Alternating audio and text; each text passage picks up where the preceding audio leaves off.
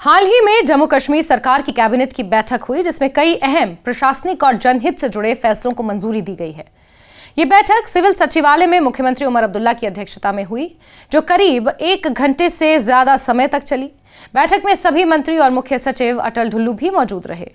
बैठक के बाद मुख्यमंत्री कार्यालय की ओर से सोशल मीडिया प्लेटफॉर्म एक्स पर जानकारी दी गई कि कैबिनेट ने महत्वपूर्ण प्रशासनिक और विकास कार्य से जुड़े मामलों पर विचार किया है।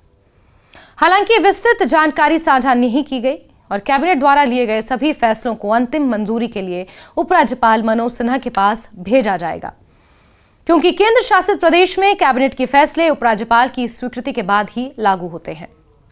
इस कैबिनेट बैठक का सबसे बड़ा और राहत भरा फैसला मानसून की भारी बारिश, बादल फटने, अचानक आई बाढ़ और भूस्खलन से प्रभावित लोगों के लिए लिया गया।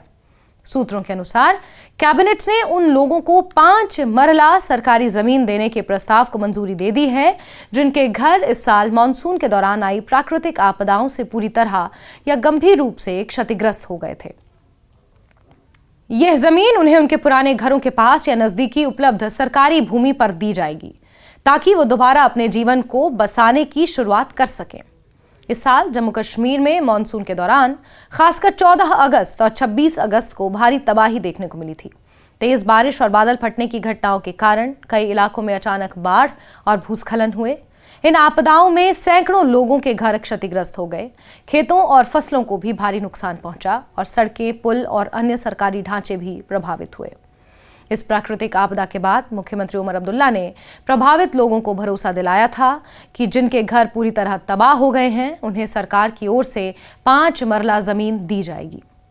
अब कैबिनेट की मंजूरी के बाद इस घोषणा को अमली जामा पहनाने का रास्ता साफ हो गया है। सूत्रों ने बताया कि प्रशासन पहले ही एक विस्तृत सर्वे कर चुका है और उन परिवारों की पहचान कर ली गई है जिनके मकान पूरी तरह या गंभीर रूप से क्षतिग्रस्त हुए हैं। अब इन परिवारों को जमीन आवंटित करने की प्रक्रिया शुरू हो जाएगी। सरकार का मानना है कि यह फैसला आपदा प्रभावित लोगों के लिए सिर्फ आर्थिक मदद नहीं, बल्कि उन्हें दोबारा सम्मान के साथ जीवन शुरू करने का अवसर देगा। कैबिनेट बैठक में ग्रामीण विकास से जुड़े कर्मचारियों के लिए भी एक बड़ा फैसला लिया गया। सरकार ने गांव स्तर पर काम करने वाले कर्मचारियों यानी कि विलेज लेवल वर्कर्स और अब उन्हें पंचायत सचिव कहा जाता है, उनके वेतन में बढ़ोतरी को मंजूरी दी है।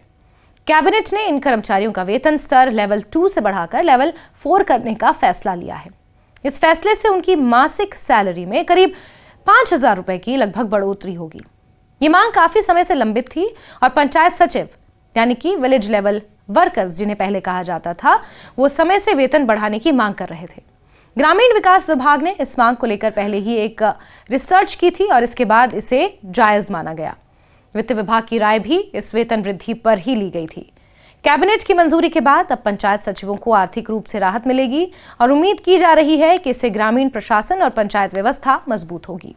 इसके अलावा कैबिनेट ने जम्मू कश्मीर के सहकारी बैंकिंग सेक्टर को मजबूत करने के लिए भी अहम फैसला लिया है।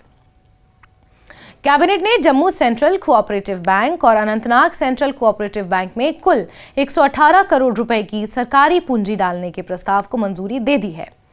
इन दोनों बैंकों को लंबे समय से वित्तीय और प्रशासनिक समस्याओं का सामना करना पड़ रहा था।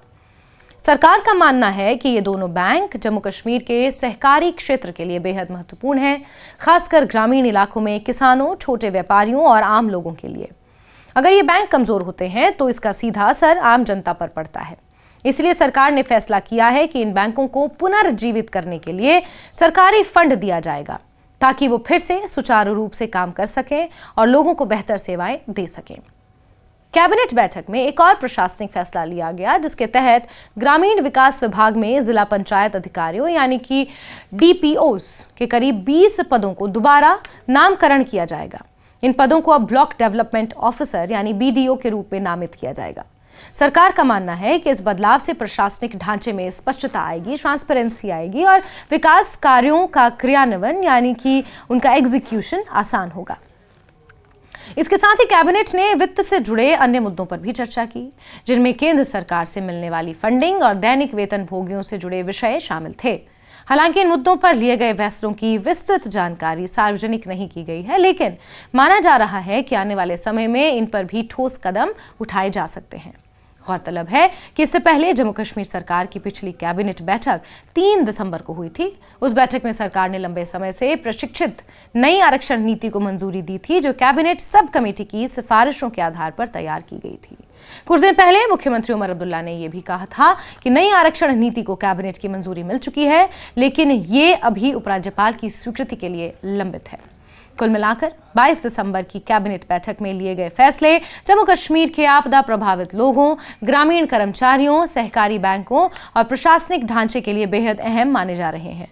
अब सभी की नजरें उपराज्यपाल की मंजूरी पर टिकी हैं, जिसके बाद इन फैसलों को लागू किया जा सकेगा और लोगों को इसका सीधा लाभ मिल पाएगा।